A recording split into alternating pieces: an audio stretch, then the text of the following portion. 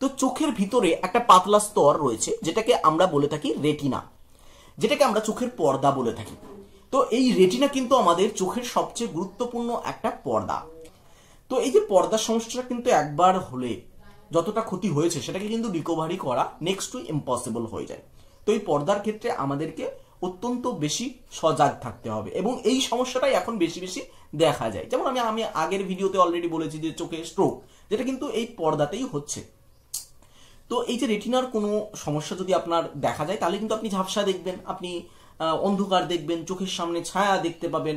হ্যাঁ, তো এই যে সমস্যাগুলো এটাকে আমরা পর্দার সমস্যা হিসেবে গণ্য করি। তো এইরকম যদি কোনো সমস্যা দেখা যায় তাহলে অবশ্যই একজন নিকটবর্তী চোখের ডাক্তারের সাথে আপনাকে দেখা করতে হবে, ওনার সাথে কনসালটেশন নিতে হবে। এই যে চোখের সমস্যা, পর্দার সমস্যা, এই পর্দার সমস্যাটাকে আমরা তিনটে ভাগে ভাগ করে থাকি। প্রথমত হচ্ছে রেটিনাল ডিটাচমেন্ট, মানে চোখের যে পর্দা সেই পর্দা যদি পিছন থেকে আলাদা হয়ে যায়, ডিটাচ হয়ে যায়, তাহলে সেটাকে আমরা বলে থাকি রেটিনাল ডিটাচমেন্ট। মানে হঠাৎ করে চোখ ঝাপসা হয়ে গেল, কিচ্ছু দেখা যাচ্ছে না, মনে হচ্ছে পর্দার মতো কিছু একটা চোখের সামনে পড়ে রয়েছে।